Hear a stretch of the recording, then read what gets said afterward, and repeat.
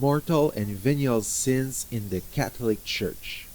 In the Catholic Church, sins come in two basic types: mortal sins that imperil your soul, and venial sins, which are less serious breaches of God's law. The Church believes that if you commit a mortal sin, you forfeit heaven and opt for hell by your own free will and actions. Three conditions are necessary for mortal sins to exist. Number one, grave matter. The act itself is intrinsically evil and immoral. For example, murder, rape, incest, perjury, adultery, and so on are grave matter. Number two, full knowledge. The person must know that what they're doing or planning to do is evil and immoral. For example, someone steals a postage stamp thinking that it's only worth 50 cents. She knows that it's sinful, but if she's unaware that the stamp is rare and actually worth $1,000, she's not guilty of mortal sin but of venial sin.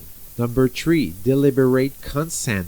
The person must freely choose to commit the act or plan to do it. Someone force it against her will doesn't commit a mortal sin. For example, a woman told she's giving a minor shock to another person who in fact is administrating torturous electrical joints is not guilty of a mortal sin, although she may feel guilty if she finds out the truth. Venial sins are any sins that meet one or two of the conditions needed for a mortal sin but do not fulfill all three at the same time, or they're minor violations of the moral law, such as giving an obscene gesture to another driver while in traffic.